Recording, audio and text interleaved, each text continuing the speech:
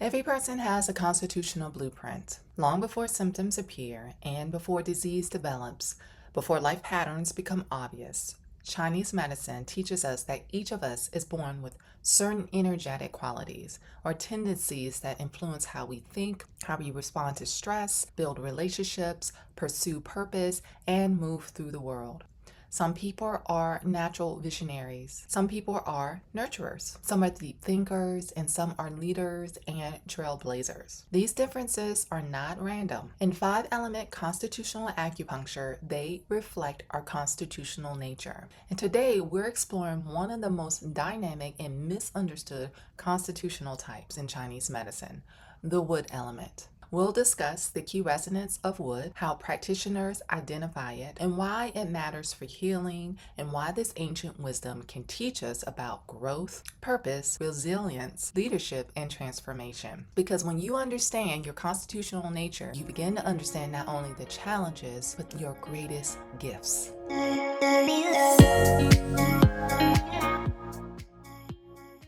Welcome back to Dr. Renee Holistic. I am Dr. Renee McSwain-Ghavidel, Doctor of Oriental Medicine, speaker, educator, and creator of Epithet Healing Framework, where we bring ancient wisdom into modern day life to help people heal, lead, transform from the inside out. One of the things I love most about Chinese medicine is that it doesn't simply ask, what's wrong with you? Instead, it asks, who are you beneath the symptom? Because true healing isn't about managing disease, it's about understanding your true nature, your gifts, your challenges, and the energetic blueprint you came into this world with. In Five Element Constitutional Acupuncture, we recognize that every person has a constitutional type, a primary energy pattern that shapes how they experience life. And when that constitutional energy becomes imbalanced, it often creates what some practitioners refer to as a pathological lie. And this is a story that we keep telling ourselves that simply isn't true. And for the wood constitution, that lie often sounds like, I can't do that. Well, what if I fail? Who do you think you are? Oh, no, I'm not ready. Well, someone else is way more qualified. In today's language, we often call that imposter syndrome. But from a five element perspective, these thoughts may be signs that the wood energy has become disconnected from its natural gifts of vision, growth, courage, and purpose. Because healthy wood doesn't ask permission to become an oak tree. The acorn simply grows. So what is constitutional type?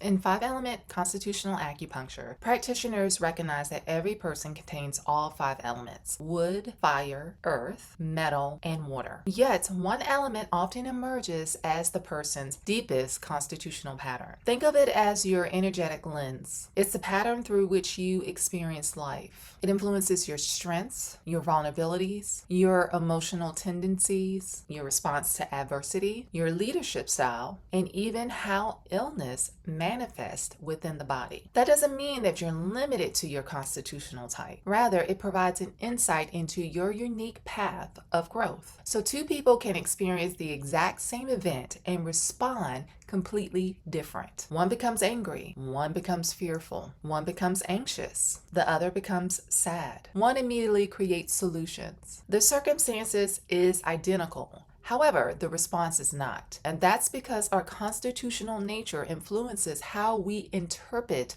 the world around us. Five Element Constitutional Acupuncturists identify constitutional patterns through four primary resonance. And these are emotions, color, sound, and smell, or odor. Practitioners observe which emotion appears most inappropriate or disproportionate to the situation. And they observe subtle facial color changes, as well as they listen carefully to the quality of the voice. And they identify specific energetic odors associated with each element. And together, these resonance create a pattern, a roadmap pointing towards the person's constitutional nature. And this is one of the reasons why Five Element Acupuncture is so unique. Rather than focusing solely on symptoms, it seeks to understand the root energetic imbalance beneath them. Because if we nourish the root, the branch will often begin to heal. The wood element. This symbol is the most often used to represent the wood element is the tree. More specifically, an acorn becoming an oak tree. In Inside every acorn exists a blueprint, a vision, a destiny. The acorn doesn't question whether it's going to become an oak tree. It simply grows towards its fullest expression. And this is really the essence of wood. Wood represents growth, movement, vision, purpose, determination, expansion. And the wood element is the force that pushes a seed upward towards the soil, towards the light. And that same force exists within us. Healthy wood energy helps us create plans. It sets goals, move through obstacles, adapt to changing circumstances, and continue growing despite adversity. This is why the liver is known as the general in Chinese medicine. The general sees the future, creates strategy, and charts a course forward. The primary resonance of the wood element are the color green, which is the color of spring, the color of emergence, the color of life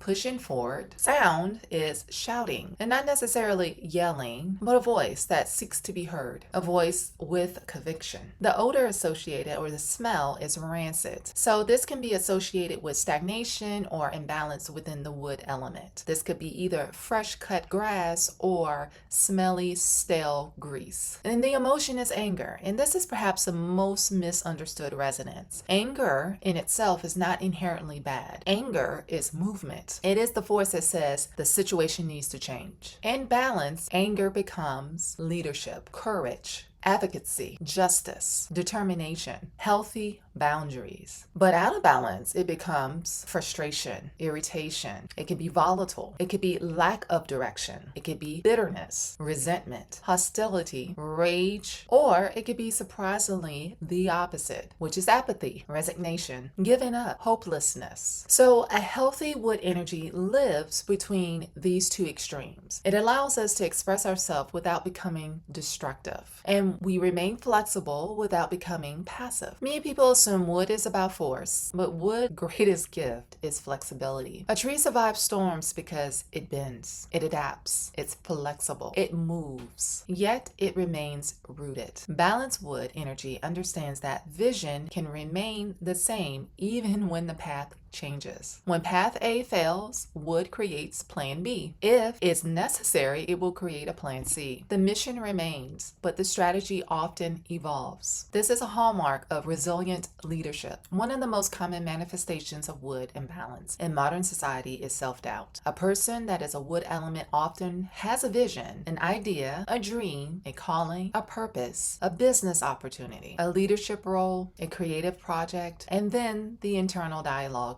begins. Who do you think you are? Well, what if you fail? What if people judge you? You're not qualified. Wait until you're ready. Well, someone else can do it better. Sound familiar? This is the pathological lie of wood. It often appears as imposter syndrome. The tragedy is that wood is naturally designed to initiate, to innovate, to think outside of the box, to be creative with resolution, to lead. And when the wood becomes stagnant, fear disguises itself as truth. But fear is not truth. Fear is often the resistance of growth. So remember the acorn. If the acorn waited until it felt completely ready, it would remain buried in the soil forever. So the lesson of the wood is that the confidence is not a prerequisite for action. Confidence will develop through action, and growth requires movement before certainty. And that's where the courage comes in. Why this matters for healing. When we understand our constitutional nature, we stop asking, what is wrong with me? And begin to ask, what's trying to emerge through me? And we begin to recognize patterns, emotional tendencies, strengths, blind spots, the opportunities for growth. Because our constitutional type isn't just about our challenges, but it's also about our natural gifts. And the gifts of the wood include vision, leadership, innovation,